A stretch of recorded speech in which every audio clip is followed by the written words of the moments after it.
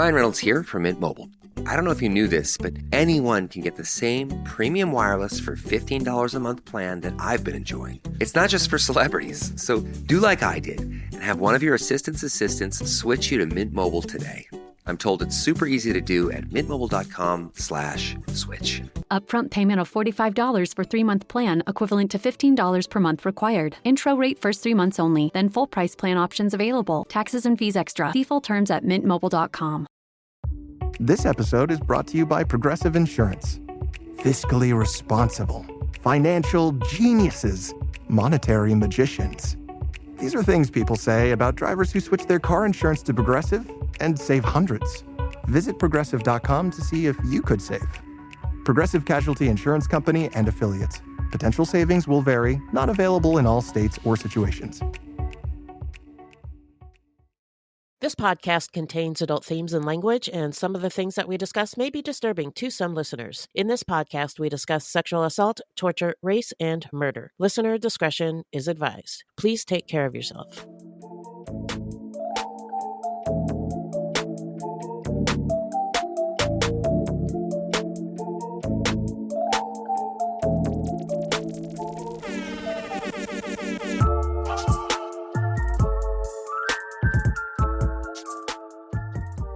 Now let's get into the story. Okay, so today we'll be discussing Swift Runner, a Canadian Cree from Alberta, who committed his crimes in 1879. He killed and ate his family and blamed his actions on the Wendigo. The Wendigo made me do it. Mm-hmm. So now let's get into some stats. Okay. His murder type was mass murder. His murders were characterized by cannibalism. He had 6 victims, his wife and 5 of his 6 children, including an infant. The murders occurred in the winter of 1879. So sorry we don't have specific dates. He was arrested in May of 1879. This gentleman, Swift Runner, was born in winter of 1839 in what is now called Northwest Alberta. And his method of killing was, boy, he liked it all. Shooting, hanging, stabbing, and bashing with an axe. All right. Fun times. Lots of fun. So now we're going to get into his early life. And I'm going to try to pronounce his Cree name, which is Kakisikuchin. But people called him Swift Runner. I'm assuming that that's the translation, but I don't really know. His English name was Swift Runner. And he was born around 1839 in Northwest Alberta, Canada. He was a Plains Cree. The Plains Cree believed that spirits, or Manito, looked after all of the living things that were created. For instance, there's a Manito that looks after the deer and one for the buffalo, etc. That's beautiful. Mm-hmm. The Cree worldview describes the interconnectivity between people and nature. This interconnectedness equates to normal responsibility to care for, live in harmony with, and respect the natural world. Health and happiness was achieved by living a life in balance with nature. They believed in spiritual connection to Mother Earth that guided them to practice reverence, humility, and reciprocity. Take notes, everybody. Religious life was based on relations with animals and other spirits, which often reveal themselves in dreams. For instance, hunters would have a Powakanak, dream helpers, to guide people towards game. The Powakanak would also help the person in times of need. One of the key values of the Cree was sharing. Game was shared as well as any other resources. Hey, man, whatever I got, you got too. Mi casa es su casa. I mean, I just think that's so lovely. It is beautiful. It is. Again, are our senators, Pay attention. our elected officials, listen to this? In Cree culture, people are taught to respect each other and nature, and then having respect for themselves, others, and nature gives honor to all creation. Swift Runner was brought up in this tradition, and he was taught other cultural traditions such as hunting, and he learned to make his own weapons and to use them to hunt small game. Swift Runner didn't have much contact with white people in his early life. Well, that's where he and I are very different. Yeah. Besides the killing and eating your family. Yeah. Aside from that, yeah. Yeah. No bigs. No biggie. So the setting in this story is the location was around Fort Saskatchewan in Alberta, Canada in the late 1870s. White settlers were moving in and pushing the Indigenous people out. And here's a cultural aside, since I visit Canada quite frequently. What we as Americans would refer to as Native Americans, Canadians call Indigenous people or First Nations people. And I read that First Nations people actually doesn't include all of the Indigenous people. So if you want to include all of them, you would say Indigenous people. Okay. And I think also, as somebody who is Central American and understands that there are indigenous people in Central America and in South America, I like that word. Yeah. It feels more inclusive. It covers everybody. There's like in Central America, there's Mayan Indians, and in South America, there's I'm not going to say it, but there's all indigenous kinds, people all throughout the Americas. So that's why language is so important, because some of it includes people and some of it excludes people. So let's use indigenous. Also, I wanted to add that everyone outside of the United States refers to the entire continent as the Americas. And I think it's kind of an asshole move to refer to US as America, because, what about North America? Yeah. What about Central America? What about South America? We are the United States of America. Right. We're not, it's yeah, I mean, Canada is part of North America, and yeah. North America, yeah. So I will back off my soapbox now and tell you that in 1873, the Northwest Mounted Police were created by the Canadian Prime Minister to maintain order between the settlers and the Indigenous people, because they did not want that bullshit that was happening to the United States Indigenous people to pop. They didn't want it to pop off in the same fashion. So Swift Runner was hired as a guide in 1875. The Canadians thought the North Saskatchewan River would be a good place for a railway crossing someday, so they just took it over. As they do. Yes, as white men tend to do. The Cree people were like, why do white men get to take this place over when we've been here for like thousands of years? I am still scratching my head asking that same question. Yeah. And I read somewhere that when they were making treaties with the Cree didn't understand the treaties. That when they took the land, the Cree thought it was basically like they were renting the land. They were sharing it. Yeah. And they didn't understand that they were just like, this is our land now. Well, I'm laughing, but it's not funny. I always do that. I'm sorry. No, and I do too. It's really a really uncomfortable discussion, but I think that people in the Americas all throughout need to have it more, and the history books need to talk about it accurately. There was a drunk history episode. Do you watch drunk history? I don't. That kind of drives me nuts. I love it. But they did an episode on like Sooners, and everybody loves like the football team, but a Sooner is not a good person. Oh, really? Basically, as soon as they killed all the Indians on the land, as soon as any white person claim that land that's as not soon good. as the Indians were gone. Yeah, that's not good. Not good. No. But when we learn about history, then we can kind of prevent all these terrible things that are currently happening today. Theoretically, yeah. So anyway, sorry to go off on a tangent. Oh, that's all right. There you go. All right, so we are going to talk a little bit about the Wendigo because it's kind of a big part of this story. The Wendigo is part of the traditional belief systems of various Algonquin-speaking tribes in the northern United States and Canada, most notably the Ojibwe and Saulteaux, the Cree, the Naskapa, and the Innu people. And I apologize if I mispronounced any of those.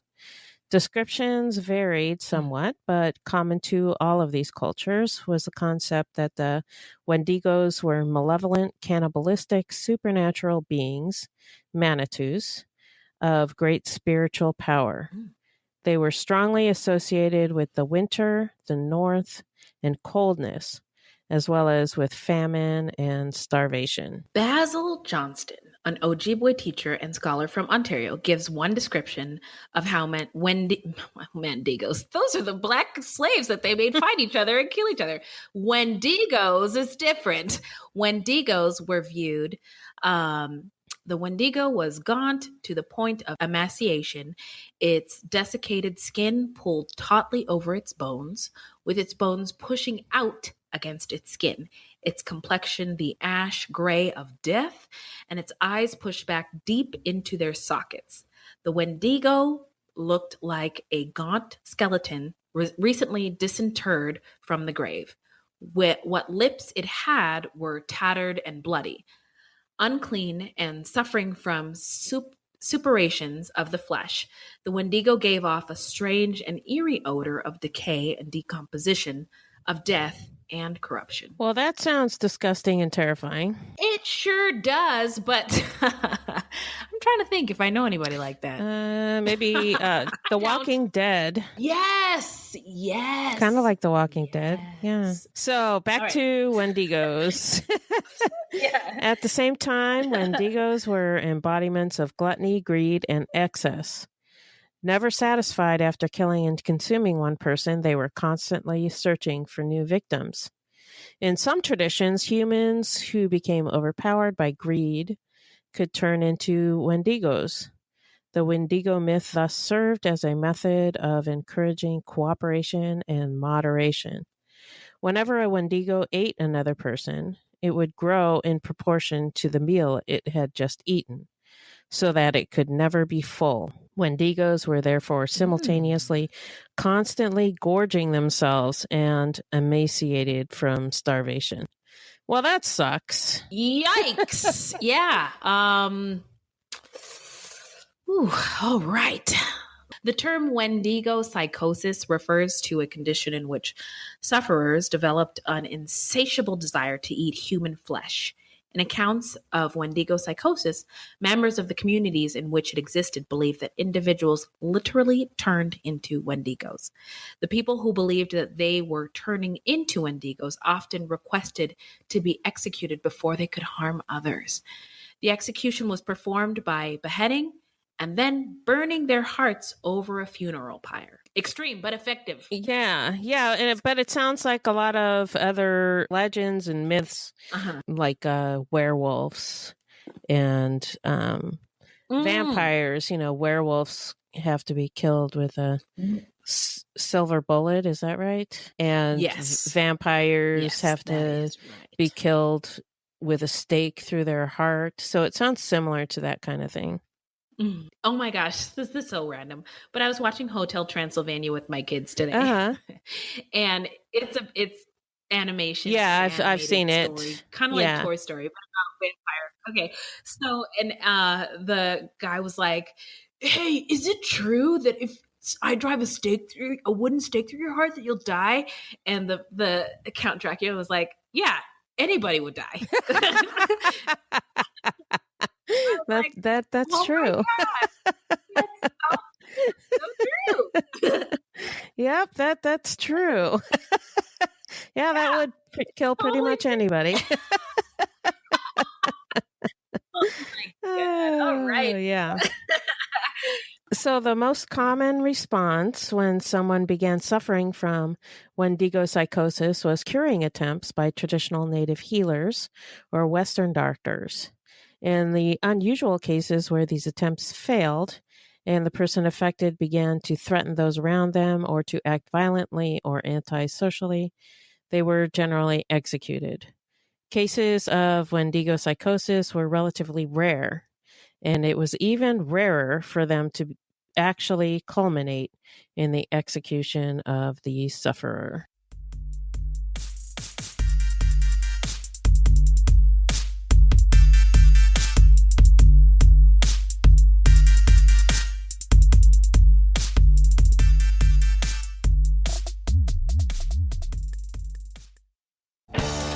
Still getting around to that fix on your car?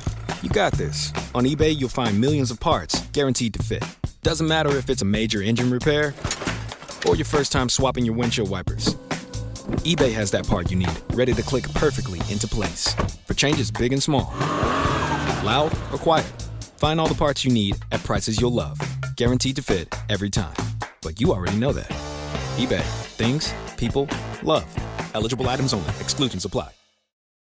This episode is brought to you by LifeLock.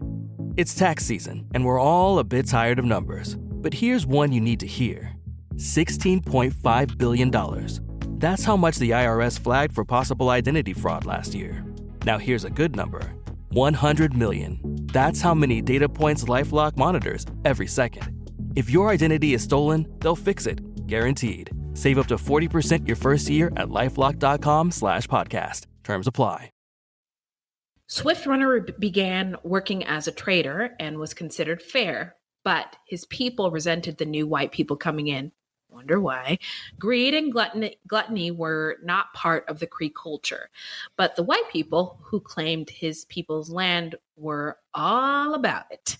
The Europeans were taking and overhunting, something the Cree would never ever do, given their respect for nature and proclivity for sharing, which left resources for the indigenous people something to be desired.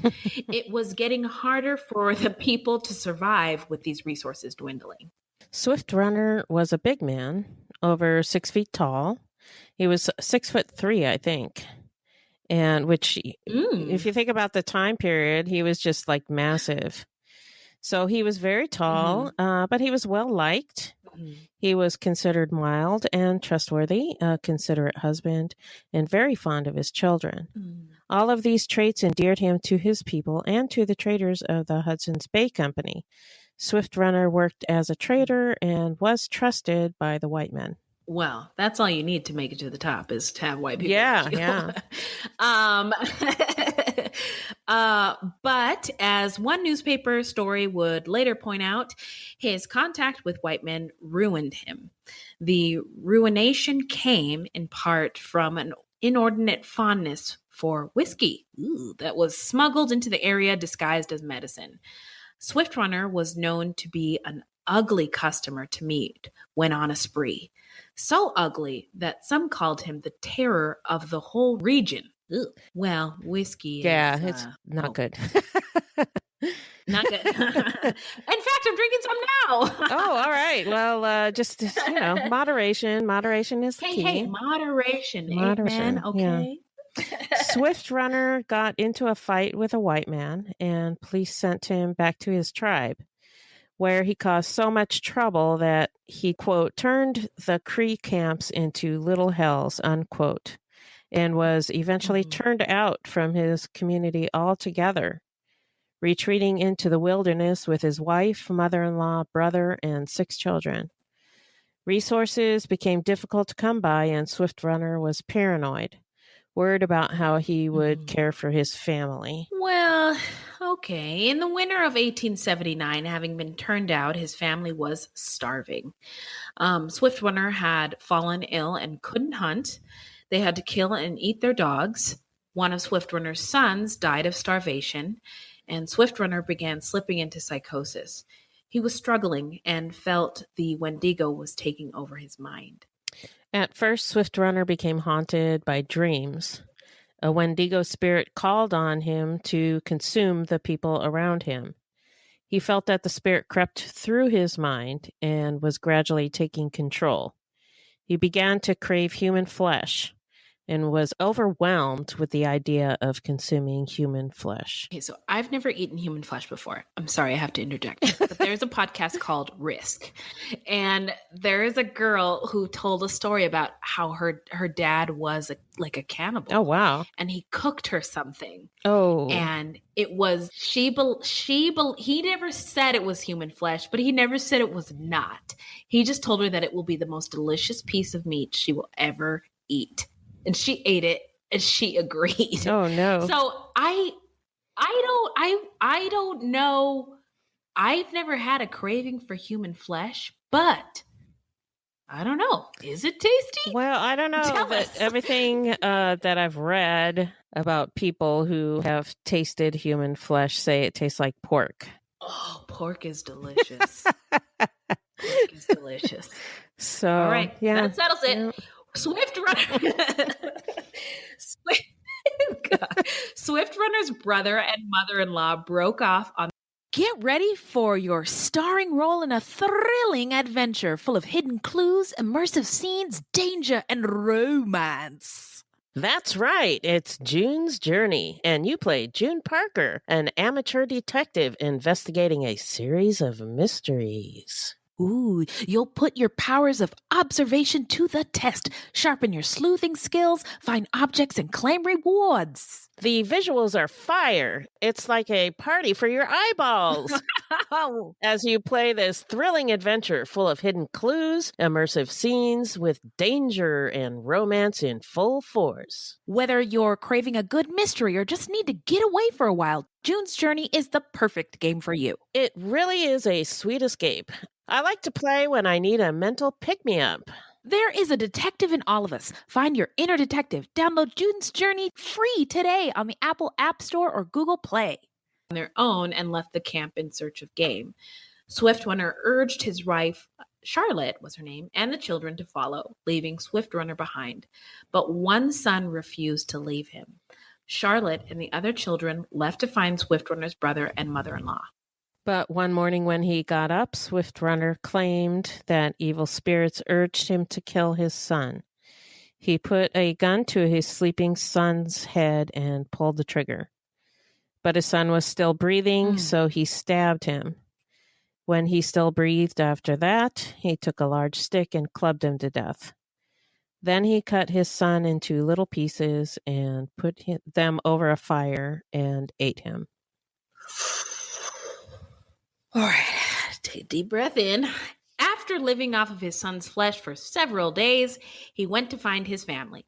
When he found them, he told them that the son had died of starvation. You lying motherfucker. Swift Runner felt that Charlotte did not believe him and that she knew something was wrong. She lied and said her mother and his brother died of starvation. After a few days together, Swift Runner realized that his family wanted to leave him out of fear. He awoke early one morning and looking at his sleeping family around him, he later said that all the devils entered his heart. He killed his wife with a gun and two of his daughters with an axe. He left his youngest son and infant daughter alive. He took his wife and daughter's bodies to the campfire. He filleted their flesh. When I'm reading that, it looks like fillet of fish, but he filleted their flesh so he could eat them. He decapitated his wife and bashed her head in, removing her brains like it was no big deal. Swift Runner and his remaining son ate the family remains. He made the son eat his family too. Okay. And I'm sure that he was starving, so he was like, yeah. Oh, yeah. But, the son had no, what's he going to do? I wish we knew how old the son was. I think this son was like 7. Oh. This particular son was like 7. The other son that he killed in the other camp was like 10. Okay. Well, what are you going to do when you're 7 and your dad's like, eat this? Yeah, what are you going to do? Yeah. Okay.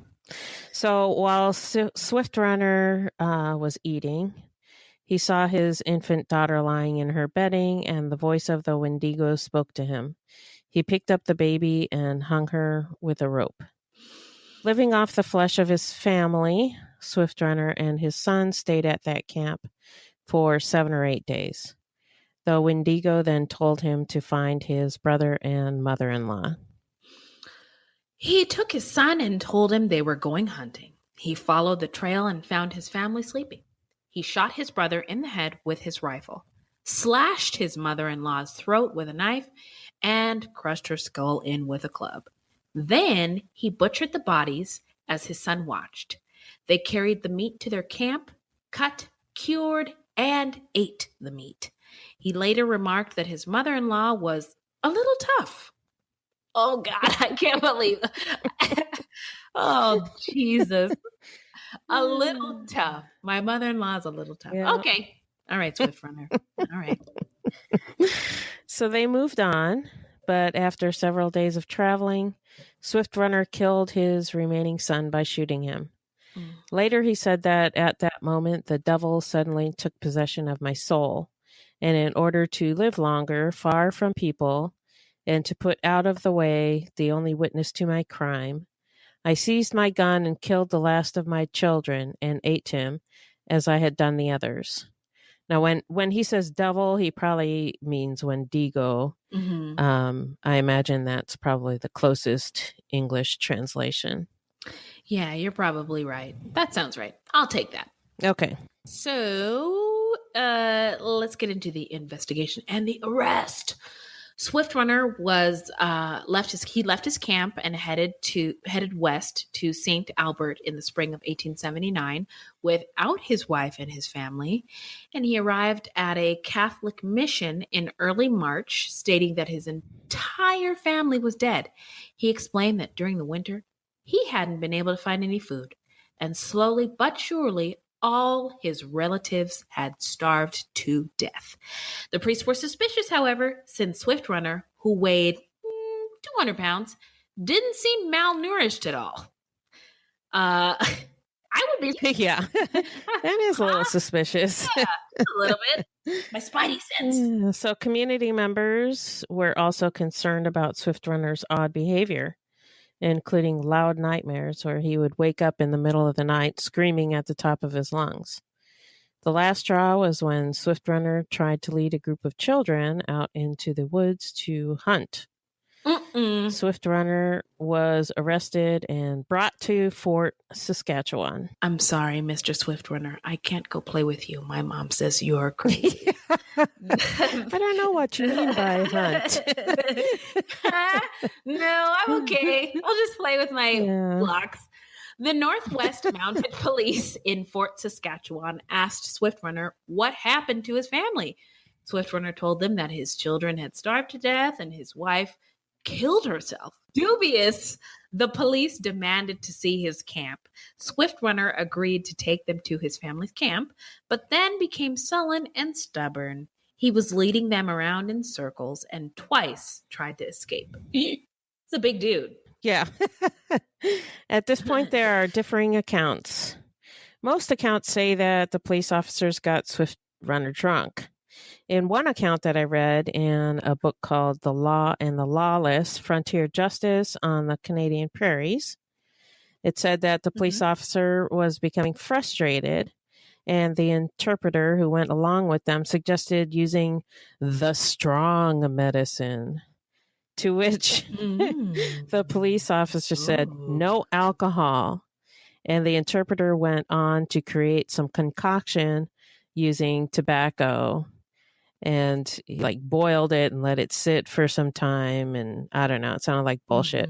Anyway, after drinking it, Swift Runner finally took them to his camp. So I think they probably did get him drunk, but that's what was in that book. Yeah.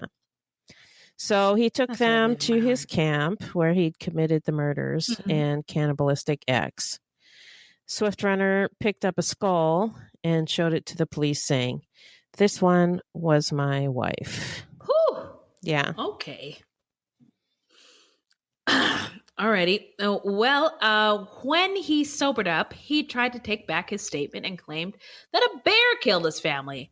Right. But the remains indicated otherwise. They included human bones, clothing, and a pot containing human fat. The bones were everywhere. Some broken in half and hollowed out. Wow. indicating that someone had snapped them open and sucked out the marrow. Ugh. There were no bear claw marks and no bear tracks. Now, I have to interject here because in my family, when we eat food with bones, mostly chicken, we do eat the marrow. Now, I understand that not everybody's family does that. And I know it's some people do that, but we never did. So, well, we do it so I have African American family and I have Central American family. So that is something that is done in my Central American family. Oh, okay. I don't know where it comes from, why we do it. But it's just something we do. Yeah. And it's something we don't do when we don't go to restaurants and do it in public, but marrow is tasty. So anyway, there's a lot of food that people eat that started from people eating weird stuff when they were starving to death. Oh, interesting. Like escargot. Snails. I mean, why would you eat a snail? Because you're fucking starving. Yeah. And there's other things. And I think probably sucking the marrow of the bones probably came from people starving. Or maybe it just tastes good. I don't know. I feel like I need to go to the Google machine and research this a little bit more because this is already piquing my interest about why? Yeah, I mean, there's lots of different cultural. Yeah. Oh, frog's legs too. I mean, why would you eat a fucking frog? Because you're fucking starving. I don't know.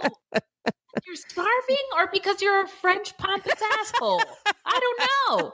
I think it started out as poor French people, and they eventually became pompous French assholes. Ew, frog's leg. Escargot. Oh. Yeah. Okay. It's like chicken wings. Yeah. Right? Chicken wings. You gotta eat the whole chicken. You gotta eat. Yeah, gotta eat the whole chicken. But people didn't want the wings, right? So they gave them to the slaves, and then the slaves made them delicious. Tasted them up. Made them delicious, and now we have hot wings establishments all over the United and there's States. Other things too, like collard greens, and I can't think of what else, but other dandelion greens, all kinds of greens that people. That's one I haven't had. I haven't either, but all kinds of things that people would eat because there was nothing else to eat. And then it just becomes part of the culture. Yes, and people love it, and it tastes good. We should We should go on a food tour. Let's do it. Okay, we need more. We need more patrons so we can go on a food tour. We do. We need more patrons. We need more people donating money to our show on the Cash App. Because when we do, we're going to go see Beth's family in Africa, and then we're going to go on this poor people food tour. We're going to suck some marrow. We're going to eat some collard greens. We're going to dive into some escargot. You know, all that stuff. Ooh, all of it. Some okra. Oh, I like okra. I like fried okra. You don't like fried okra? Ooh, that shit's good. No, ma'am. No, ma'am. It is far too slimy for if my they cook it, if they cook it right, it's not slimy. Huh? I've never had not slimy okra. They got to cook it right. Your house needs. Okay. We'll go down south. We'll go to a good restaurant where they make good fried okra. Oh my God. Beth, seriously. I'm putting this on my vision board. We're doing it. Okay. All right. Okay. We're doing it. Okay. We had to get into the story. Oh, shit. Marrow. Okay. So Swift Runner was taken back to Fort Saskatchewan, and he eventually admitted that he had, and this is a quote, he had made beef of his family. And then he tried to minimize his crimes by saying that he only ate his own family, nobody else's family. So, it wasn't that bad. No. So it's okay. So no big deal. Right. Oh, It's okay, guys. They were mine, so you Don't guys worry don't have about to it. worry. I don't know why he thought that would have worked. I don't know. But Yeah. anyway, it was the I don't know.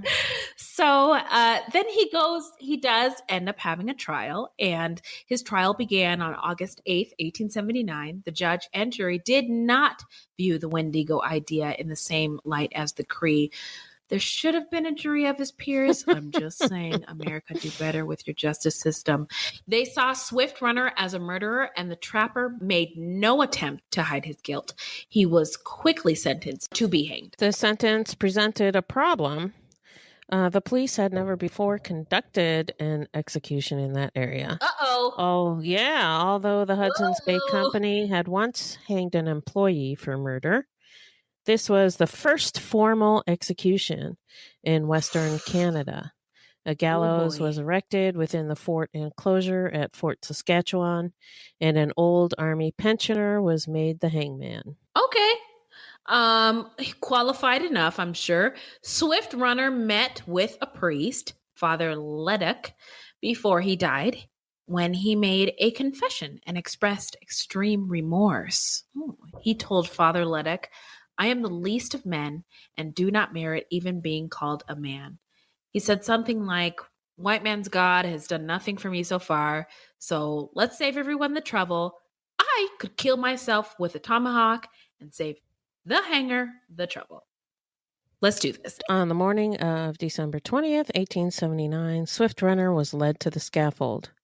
Standing over the trap, Swift Runner was given the opportunity to address the crowd that had gathered to witness his execution.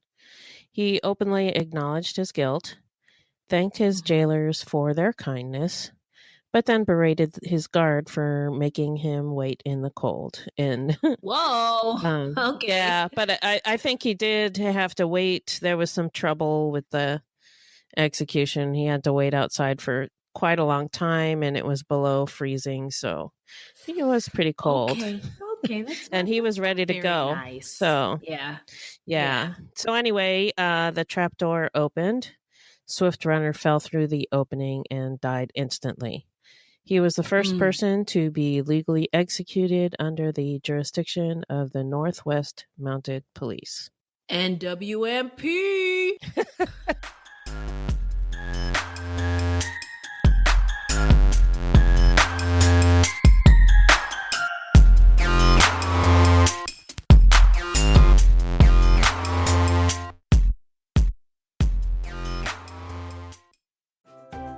Is the pressure of your wedding day being perfect from sunrise to sunset weighing on your mind?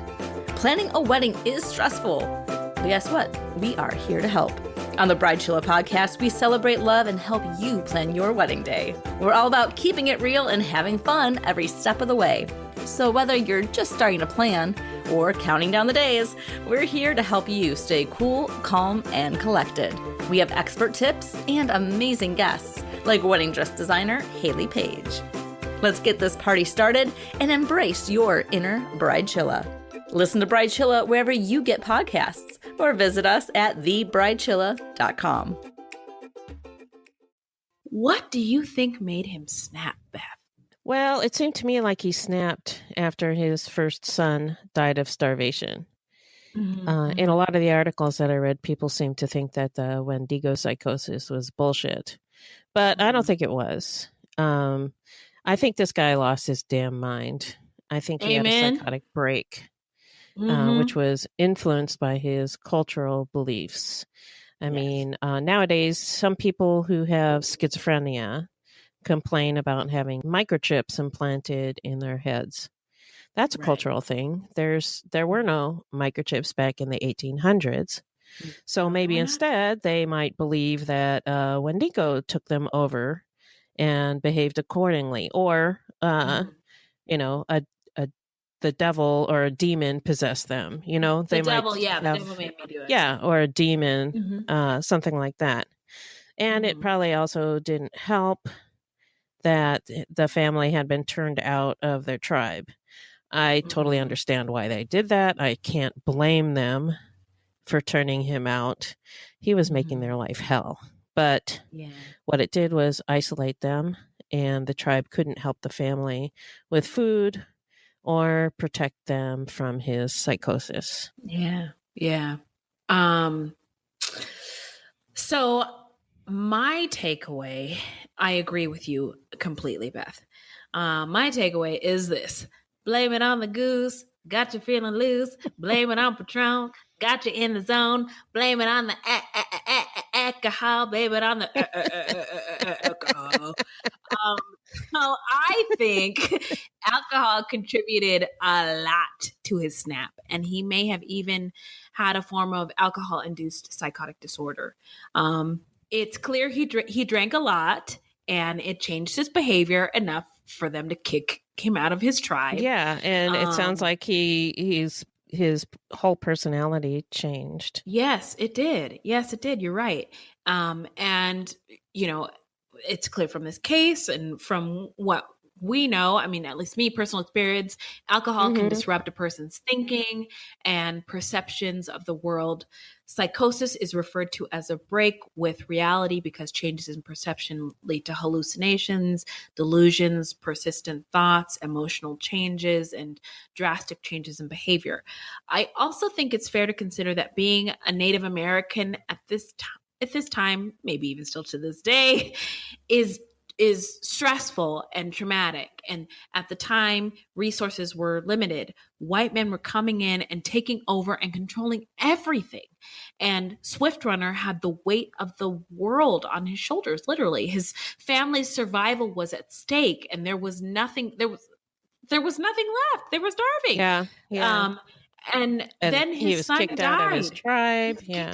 He really had. It was like he was a man. He lost everything. Yeah. He lost everything, and then his son died. And so again, I agree with you, Beth. I think that I think there were a lot of factors, and his son dying just sort of sent him over the edge. So Yeah. So what's next? Takeaways. Okay, you go first. So my takeaway is, I found it interesting how much the tale of the Wendigo paralleled the behavior of the whites. Wendigos are embodiments of gluttony, greed, and excess. They are never satisfied, and they are constantly searching for new victims. The behavior Say it again of the whites, for the people in the back who didn't hear you, Beth. One more time. You don't have to say it again. I'm just saying that because I agree. Listen, let's be quiet because old Whitey's in the house. Old Whitey's here. The behavior of the whites is characterized by gluttony, greed, and excess, and never being satisfied. And you know what? This is even true of our culture today. I am almost positive that this had something to do with Swift Runner's psychotic break. Seeing the culture of his people being totally decimated and taken over by the white culture, which paralleled the behavior of the Wendigo and was totally antithetical to the Cree values. It had to have been a total mind fuck. And then add some alcohol and voila. Blame it on the alcohol. Yes. So I just can't agree with you enough. I was actually at lunch with some friends today, and I was like, you guys, it took a lot for me to like leave my house today.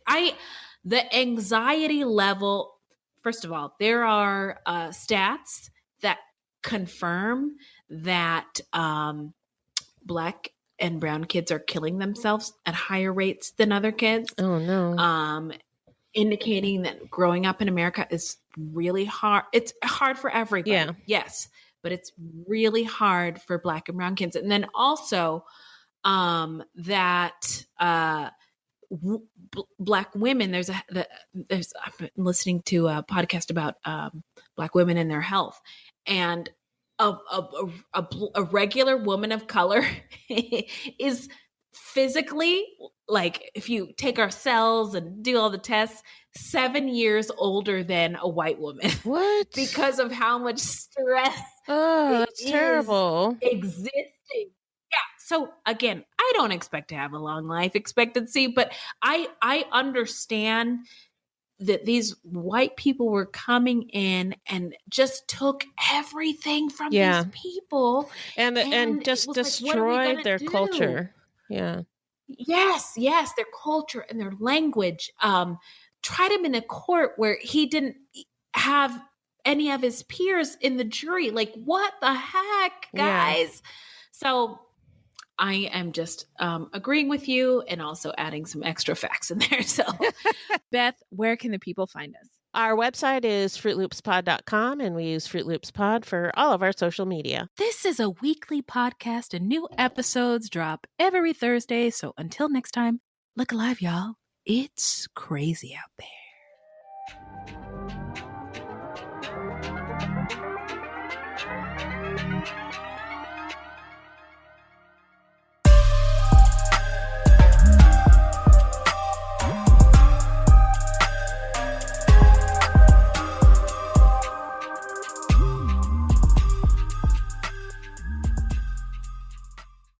On the morning of August 1st, 1966, shots ring out from the observation deck of the clock tower on the University of Texas campus. It marks the infamous beginning of the modern era of mass shootings in America. You're listening to Stop the Killing podcast. Join us as we take you behind the crime scene tape to explain global mass shootings and mass attacks. I'm Sarah Ferris, but more importantly, this is Catherine Schweit, the former head of the FBI's active shooter program. I spent 5 years as the FBI's top executive looking for answers to the mass shooting crisis. I've been at the shooting scenes, I've traced heroic acts of bravery, and I've sat silently and listened to the heart-wrenching stories from survivors. Amongst this horror, there is hope. We all hold the key to stop the killing. You just need to know how to unlock the door. Download Stop the Killing and be part of the solution. Search Stop the Killing on Apple, Spotify, and all the usual suspects. Hi, I'm Matt Harris. Seton Tucker and I host the podcast Impact of Influence, which for 2 years covered in depth Alec Murdaugh, who was eventually convicted in 2023 of murdering his wife Maggie and son Paul. That story continues to evolve, and we will cover that. Plus, we will tell you stories of other true crime events that have happened in the South. Please join us on Impact of Influence. And give us a follow on the Impact of Influence Facebook page.